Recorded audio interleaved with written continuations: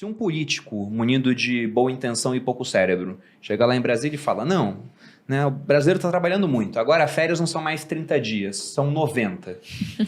Primeiro todo mundo bate palma e esse cara vai ser eleito até o final da vida dele, né? E o filho dele também, né? Só botar um júnior no nome que vai estar sendo eleito.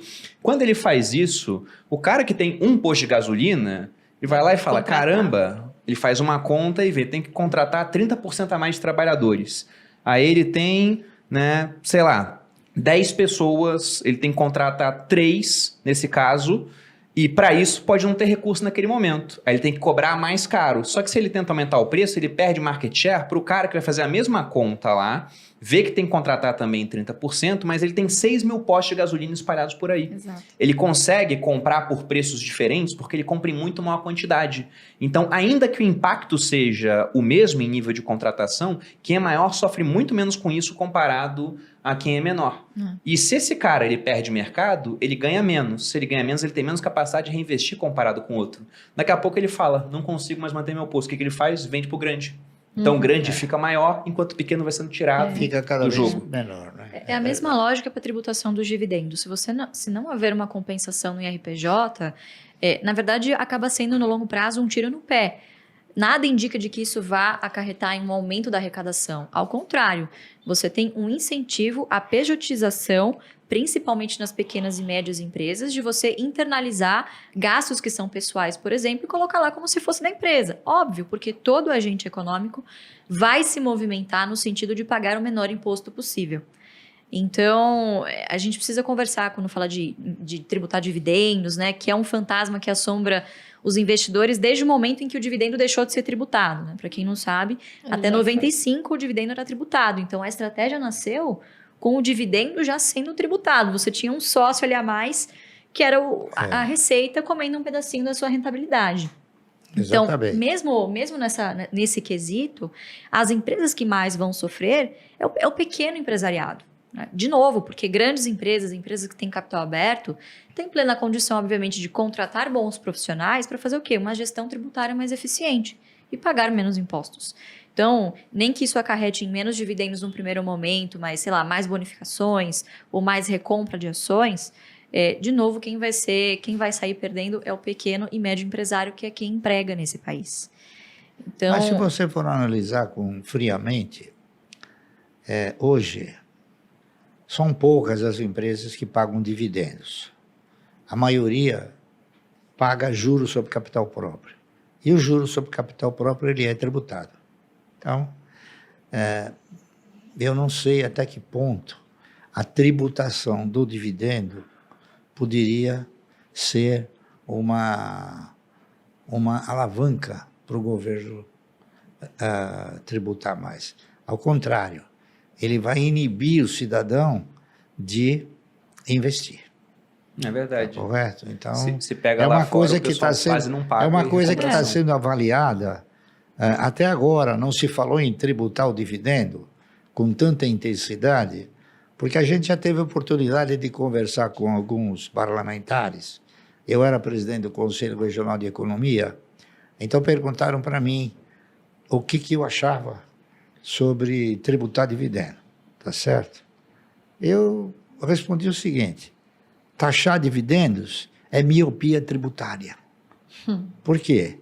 Porque na época em que o dividendo era taxado, a maioria dos empresários pagavam um dividendo pequeno, davam proventos através de outros mecanismos, tá entendendo? Então o governo nunca arrecadou aquilo que ele estima ser uma fonte de arrecadação, entendeu? Porque tem uma coisa, o governo ele pensa em subtrair, não é isso? Ao passo que o empresário ele pensa em quê? Em contribuir, tá entendendo? Então, lamentavelmente, o governo está sistematicamente através de órgãos, por exemplo, os sindicatos a cada momento querem mais garantias, mais direitos e mais benefícios para o trabalhador. Na razão direta que você amplia direitos, benefícios, você elimina o emprego. Está correto? Você veja que coisa interessante. Você já esteve nos Estados Unidos? Sim, já fomos algumas vezes. Você chegou a alugar um carro? Não chegamos a alugar. Nos Estados Unidos, por exemplo, você abastece o seu carro. Você vai lá, chega e fala, eu quero botar $40.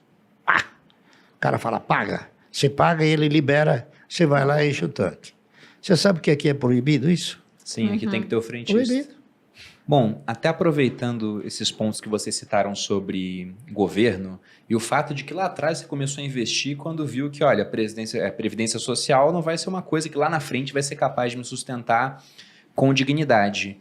Vocês, nesse método da AGF, vocês focam em dividendos. E há várias empresas públicas, né, as de economia mista, listadas em bolsas, que pagam um bom dividendo. Como é que vocês fazem para fazer esse balanço? Porque, como você mesmo disse, boa parte dos gestores do Estado não são caras competentes igual o pessoal da iniciativa privada. São regidos por outros estímulos. A empresa, às vezes, não está interessada em gerar lucro, ela quer fazer outras coisas. Quando que vocês decidem que uma empresa pública é boa o suficiente para estar na carteira e quando que vocês falam, poxa, isso aqui, tipo Petrobras, pagou um camão de dividendos, mas não estava na carteira de vocês. Quando que vocês olham e falam, isso aqui, por mais que pague bem, eu não vou colocar? Quando ela tem compromissos. Tá certo? Por exemplo, o que é um compromisso? O Banco do Brasil, por exemplo, ele tem um compromisso que é para cobrir a conta dos funcionários apresentados, né? Tá certo? Então, há uma dependência, há um compromisso. É isso? A Petrobras nunca teve esse compromisso. Passou a ter agora porque ajudou o governo a melhorar as contas, a estrutura fiscal. Mas isso não vai continuar, com certeza. É temporário, tá certo? Então, por exemplo, você pega a Eletrobras, né? A Eletrobras tem um mecanismo diferente. A Eletrobras, ela estatutariamente, ela tem um dispositivo que ela é obrigada a pagar dividendo, 10% sobre as ações preferenciais. Então, ela paga dividendo mínimo, prioritário e obrigatório. Então, ela tem um compromisso. Está entendendo? Então, por exemplo, o Banco Santander, qual é o compromisso dele? Mandar dinheiro para a Espanha. Então, aí tem um compromisso. Então, você precisa avaliar se a empresa tem algum compromisso. Quando a empresa não tem compromissos dessa natureza, ela tem o compromisso com quem? Com o controlador ou com os controladores. Está correto? E é isso aí. Então, basta você avaliar isso. Então, esse é um dos fundamentos muito importante quando você vai investir em uma ação. Você pega, por exemplo, a TRPL, a Transmissora Paulista de Energia Elétrica. Ela tem um compromisso de alimentar os seus controladores lá fora. Tá certo? Você pega, por exemplo, a Taesa. Ela tem o compromisso de transferir recursos, tanto para a TRPL como para a CEMIG. Então, você vai avaliando todos esses compromissos. Coisa que a maioria não faz, né? Entendeu? Então, esse é um dos fundamentos. Tá correto? Eu vou só fazer alguns complementos. Tem alguns outros fatores também bastante importantes. Primeiro, o setor. Dificilmente a gente investiria, por exemplo, nos Correios se fosse uma empresa de capital aberto, né? Então, acho que o setor faz muita diferença. Você investir numa empresa de logística para uma empresa de energia, né? São bichos completamente diferentes. Sim.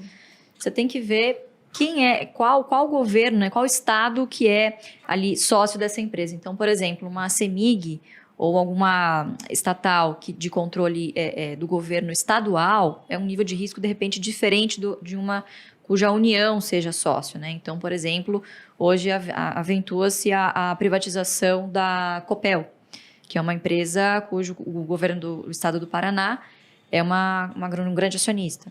Então, tudo muito depende do nível de governança corporativa e, em última instância, o preço.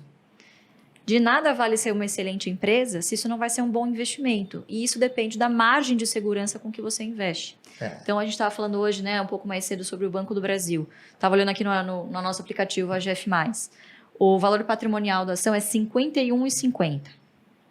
Bom, Tá. isso depende, porque eu vi com o Felipe, que tem duas formas de avaliar. Baseado no último resultado, vamos chutar R$ 51, R$ 52 reais.